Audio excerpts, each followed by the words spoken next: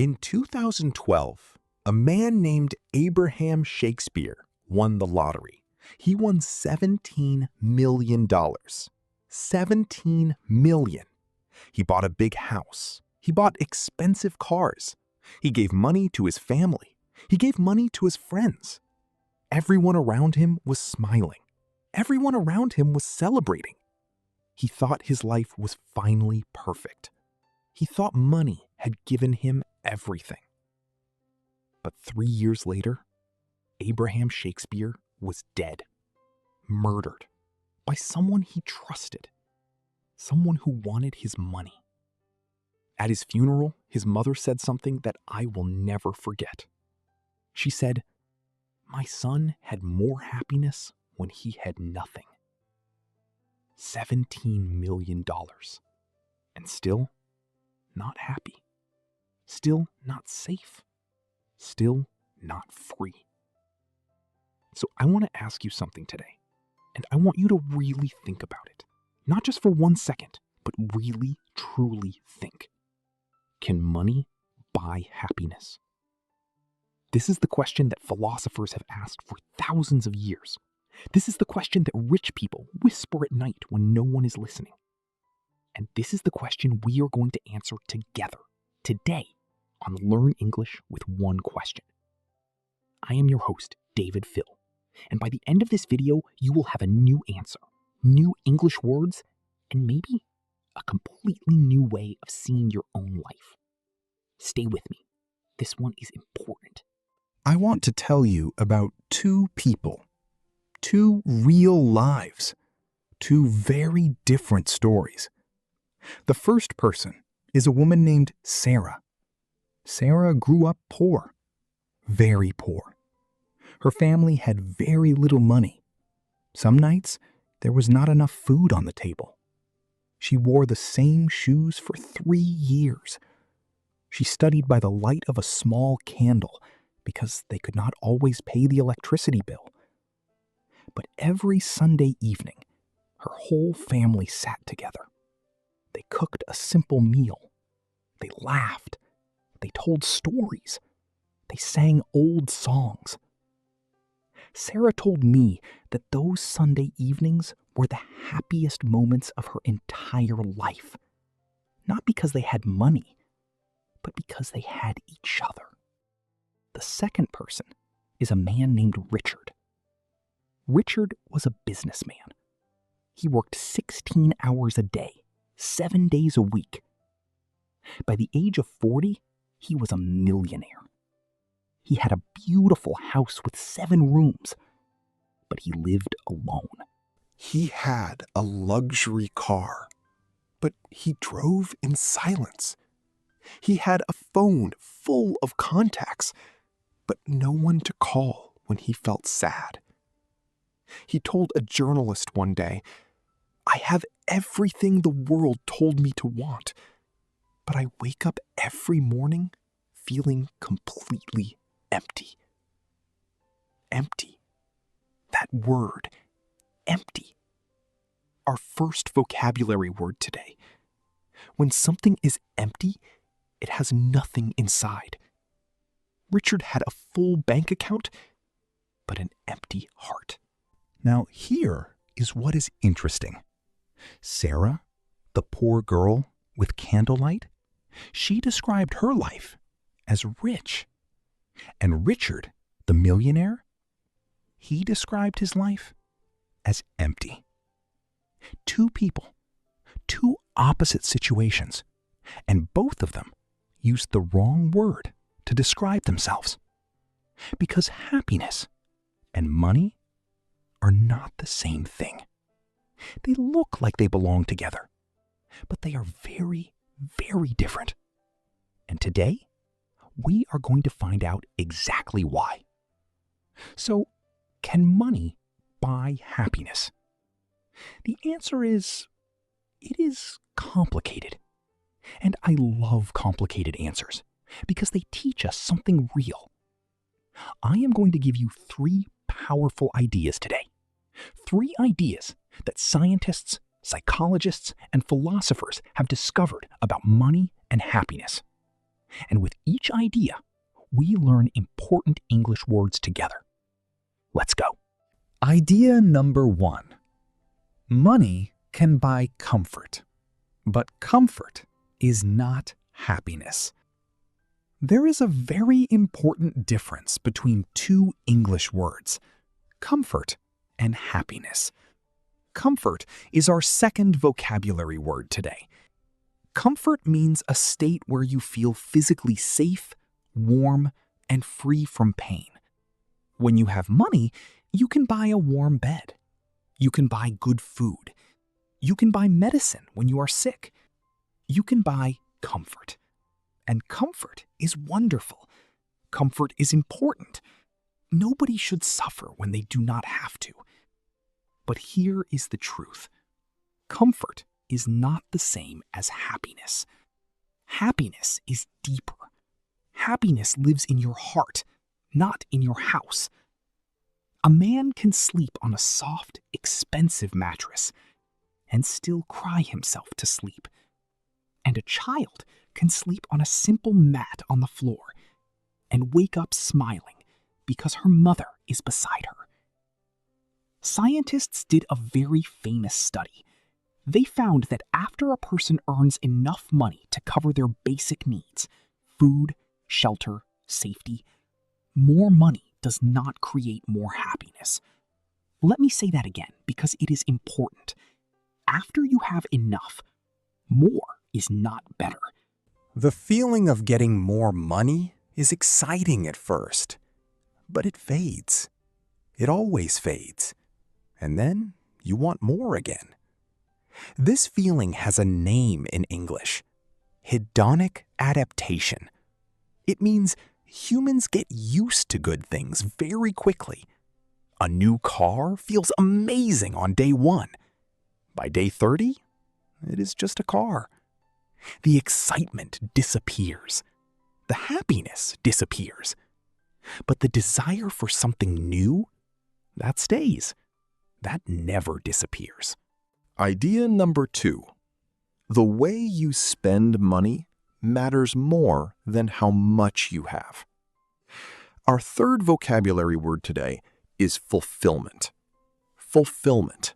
Say it with me. Fulfillment. Fulfillment is a deep feeling of satisfaction, a feeling that your life has meaning, a feeling that you are doing something that truly matters. Researchers at Harvard University discovered something remarkable.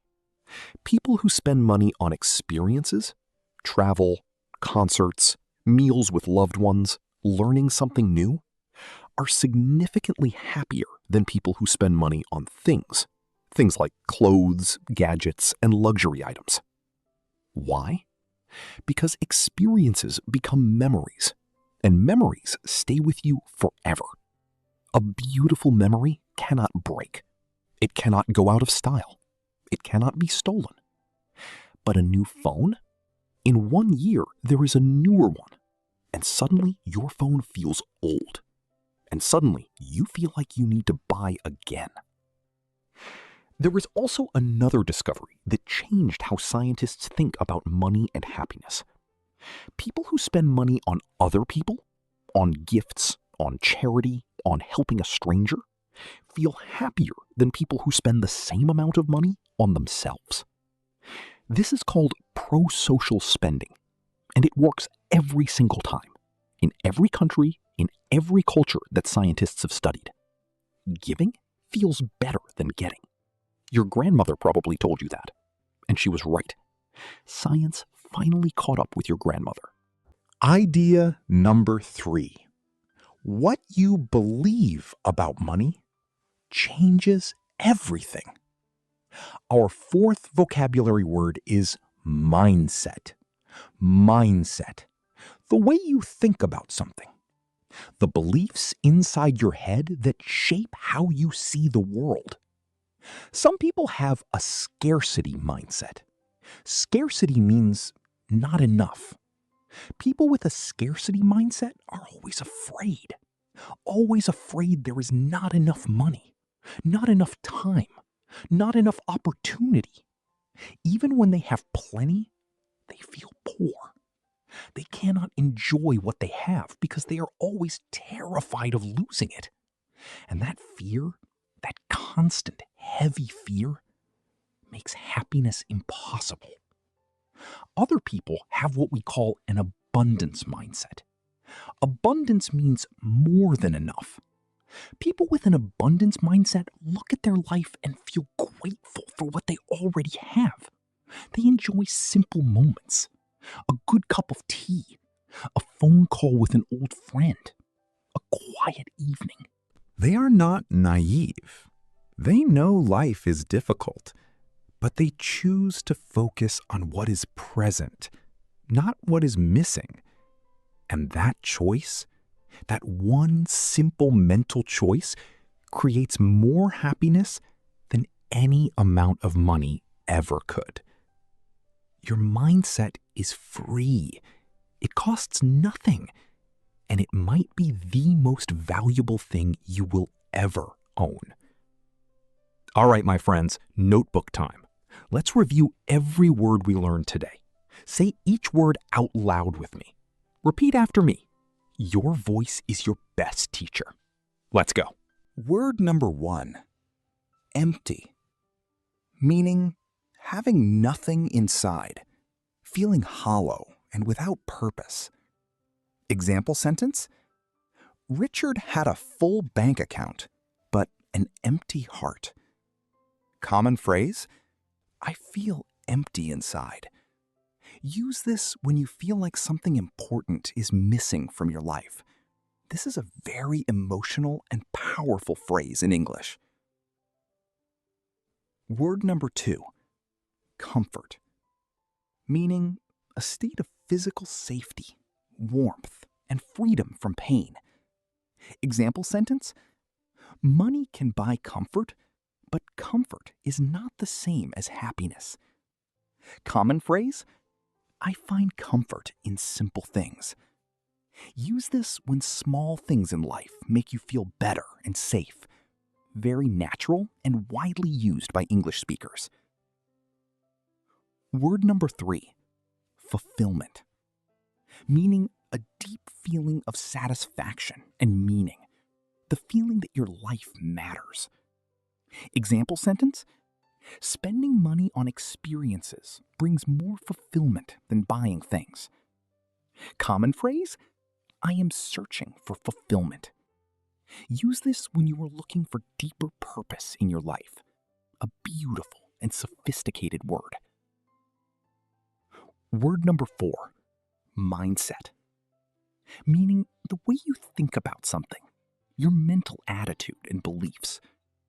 Example sentence: Your mindset is free, and it might be the most valuable thing you own. Common phrase: You need to change your mindset. Use this when you are telling someone to think differently about a situation. Very popular in modern English conversation. Word 5, abundance. Meaning having more than enough. A feeling of richness and gratitude. Example sentence: People with an abundance mindset focus on what they have, not what they are missing. Common phrase: live with an abundance mindset. Use this when you want to describe a positive, grateful way of seeing life. A truly powerful English word. And remember these important expressions from today. Hedonic adaptation. When we quickly get used to good things and stop feeling happy about them. Prosocial spending. Spending money on other people to create genuine happiness. Scarcity mindset. The fearful belief that there is never enough. These are the kind of words that educated English speakers use in articles, in conversations, in interviews. Now they are your words too. Use them. Own them. Quiz time. 3 questions. Think carefully. Say the answer out loud before I tell you. Here we go. Question 1. When Richard the millionaire said his life felt hollow and without purpose, what one English word describes exactly how he felt? The answer is empty. Wonderful. Question 2. The deep feeling of satisfaction when your life has meaning and purpose. What is the English word for that? The answer is fulfillment. Excellent. And question 3. When humans quickly get used to good things and stop feeling happy about them. What is the name of this feeling? The answer is hedonic adaptation. If you got all 3, you are incredible. Truly. I mean that. Before I say goodbye today, I want to leave you with one thought. One simple truth that took me a long time to understand. Money is a tool, just like a hammer is a tool. A hammer can build a beautiful house, or it can break a window. The hammer is not good or bad. It depends entirely on the hands that hold it and the intention behind it. Money is exactly the same. In the hands of a generous person with a grateful heart, money becomes kindness. Money becomes opportunity. Money becomes love. But in the hands of a person who believes money is the answer to everything, it becomes a prison. A very comfortable, very expensive prison. So the question was, can money buy happiness? And my answer is this. Money can open doors, but happiness is what you bring through them. Thank you. Thank you from the bottom of my heart for spending your time with me today. Time is the one thing money truly cannot buy back, and you gave yours to me. That means everything. I am David Phill, and this is Learn English with One Question. If today's video taught you something, if it made you feel something, please give this video a thumbs up right now. Just one click. It costs you nothing, and it helps this channel reach more people who need it. And if you are not yet part of our family, please hit that subscribe button. Every week, we explore one powerful question together. We learn real English. We grow together. You do not want to miss a single episode. I will see you next time. Until then, keep learning, keep growing, and always remember, the richest life is not measured in money. It is measured in moments. Take care, my dear friend.